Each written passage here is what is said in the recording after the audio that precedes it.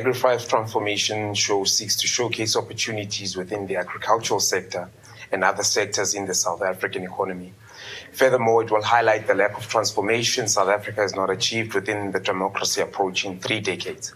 The program seeks to assist SMMEs to gain insight and understanding in regards to challenges they face and how they can source funding, mentorships, and forms of business assistance from key role players in the sector.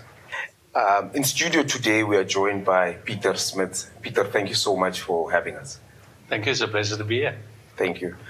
Peter, please tell us who you are, your background, and what you do for Husqvarna South Africa. Well, if you have to start with my background, I'm a Western Cape boy from a farm in the West Coast, a wheat farm. Grew up there, and then my history with Husqvarna, I've been with the company now in next month 27 years. I've got a long history with the Husqvarna brand. I started in R&D. And at some stage, we had a factory in Cape Town, which I was also managing. And from that, I moved into the after-sales side of the business. And from after-sales, I was actually starting up the construction leg of our Husqvarna brand for 10 years. And about 6-7 years ago, I moved back to the forest and garden category in our business. And I've been the managing director basically for the last 5 years, heading up the whole of Africa, basically. Fantastic. Thank you. Peter, you've just told me who you are and what you do in the business. Perhaps can you tell me more about Husqvarna South Africa, offerings and... Husqvarna South Africa traditionally was mostly a chainsaw business and brush cutter business, and it's also why the head office sits in Pietermaritzburg. It was the center of your green belt. So, and then from that, we moved on to diversify the range quite a bit. We went into zero-turn lawn mowers. We went into your normal walk-behind mowers, bigger range and brush cutters, small DIY machines as well. And then we also start having a big shift as a group where we start looking at sustainability. So there's a big shift within the business to move from petrol to battery as well, obviously because of emission laws and things like that. And then in 2020, we also have launched the light agriculture business, where we start focusing on more light agriculture, your small up-and-coming farmers. We basically launched the light agriculture in all emerging markets, if I can call it that, where we start focusing a little bit more on what can we do for small and up-and-coming farmers that cannot afford the traditional products. And that's kind of where we are, and that's how we end up actually having our relationship, focusing on this category. Fantastic. I think we, as a business, personally, we're very fascinated about the Husqvarna journey. And it's always been a vision within the business. The business has been around for 335 years. Please share the journey and the values that Husqvarna has. I think that's very intriguing. Husqvarna, you don't survive 335 years if you don't have a passion for innovation. And that's kind of what is our foundation, if I can call it that. And over the years, we started many, many years ago as a musket factory, actually making weapons. And that technology moved over into sewing machines. And from sewing machines, we went into motorbikes and some bicycles and things like that. And only from there, it developed into a power product category. And ever since, we've kind of got rid of some of these categories to have more focus on power products for your forestry and garden side of things, and now also light agriculture. Lovely. As a business, why did you find the need to tailor machines to best suit emerging farmers, specifically in South Africa and the SADC region? Why and how did you come to be? It's also partly why we survived for 335 years, because the industry changed, the markets changed, the needs of people changed.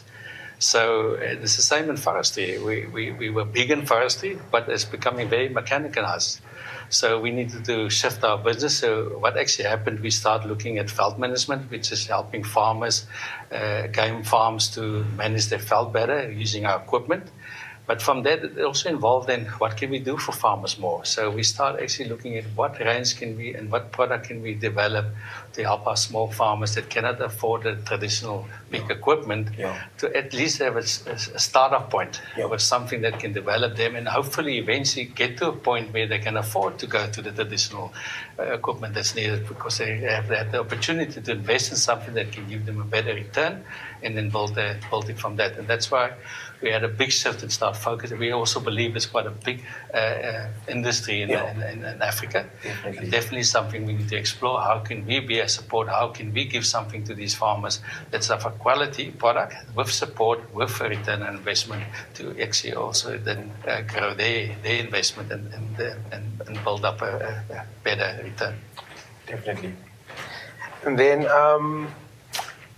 please share with the viewers about the tiller and its functions and the different makes of tillers and how does it operate? Yeah, we have quite a big range of tillers, but we have a product that can go up to 1 hectare and up to 20 hectares basically. What the thought process there was, we needed something that's obviously small, that's affordable, something that can small farmer grower can use, that's affordable, and also we also looked at what attachments can we put in. Instead of buying another machine, we start looking at, we have a tiller machine that can have a water pump on it if you want to move water. Sure. It can fit a pressure sprayer, which you can use for spraying your veggies or whatever, even your trees. It can also use chemicals, and then we also start having different attachments from a plow, from potato plows, from reaching plows, and basically trying to reduce the cost instead of investing in another piece of equipment. Yes. Just have an attachment, and so because with obviously the small farmer in mind and our designs and our thinking, we're also listening to farmers. I mean, it's always good to get more and more feedback from these farmers. What else can we do for them? Sure. Because we will never stop thinking. I mean, yes, we will never be everything to everybody. Yeah. But what within our category can we do to support farmers to develop from doing things by hand? Because, I mean, with equipment, you can increase your productivity, you can increase your turnaround time, you can also have more than one crop a year by doing that, and also then increase your profits. Definitely. As we mentioned earlier, we have quite a big range of tillers. You obviously have your smaller tillers for your guy who have a veggie garden at home, or a smaller veggie garden, which is for maybe 800 square meters max.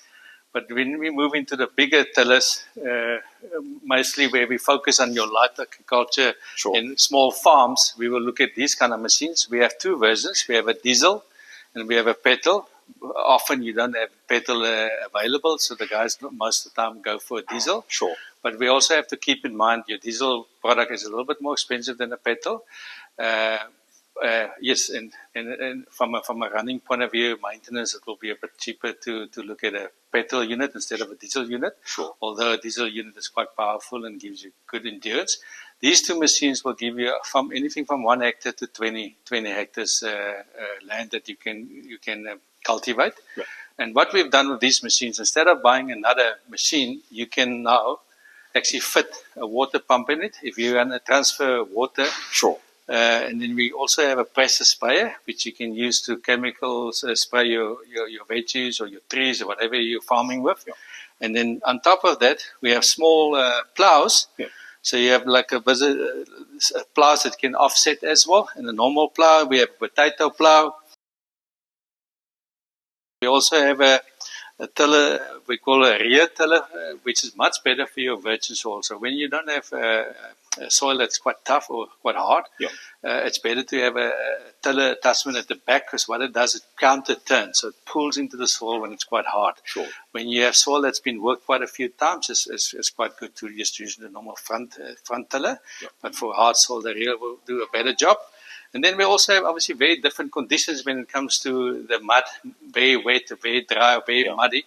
And you often know if you have a clay soil as well, your wheels clogged up all. Yeah. So we have something for very, very, very wet land. You fit this, it's almost like little shoes. Sure. So it doesn't drive, it walks over the wet land. I see. And then when it's very muddy, not clay, you go for this. And when the soil is very hard, we have also a bit of a sharper tiller to break that soil the first time. Sure. So as you can see, a lot of applications with one machine. Yes. And what we couldn't do with these machines, we have obviously now look at complementary products, like our manual sprayers and water pumps and generators, which is a separate unit as well to use as a complementary for farmer. And then we also have what we talk about multi-purpose engines, where you can just buy an engine to give that old machine. We can maybe show you that.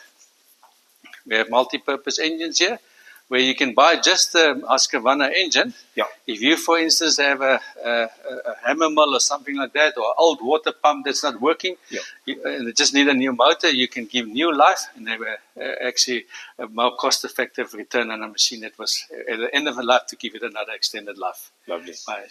By buying just a motor. Lovely. I was talking earlier about complementary products. Here we have a typical example of 2 sprayers that we've also launched for the light agriculture category. Very, very well priced, very good quality. And remember always, buy a brand. Why we buy a brand? It's because you have backup, you have support, and you have a local dealer that can help you. And remember, downtime costs money. So you always want to buy a product that have the service, the backup, and the support, so you don't have downtime. Something I would like to also mention for our customers out there is Husqvarna as a brand don't sell boxes. We sell a service, and that's why we have a dealer network out there to back you up, support you. Then, for the viewers watching, how can they get in touch with Husqvarna South Africa? Husqvarna, I must tell you, over the last few years, we have established about 130 dealers in South Africa, also distributors in Africa. And we have a website, www.husqvarna.com/ZA. And on there, you will find a dealer locator where you can also actually find your closest dealer. We also have info@husqvarna.co.za if you want to mail us, and we can guide you on that. Sure. And that's kind of the way to get hold of us. Fantastic. Peter, thank you so much for spending time with us. Really appreciate it. Thank you for your time. Thank you very much.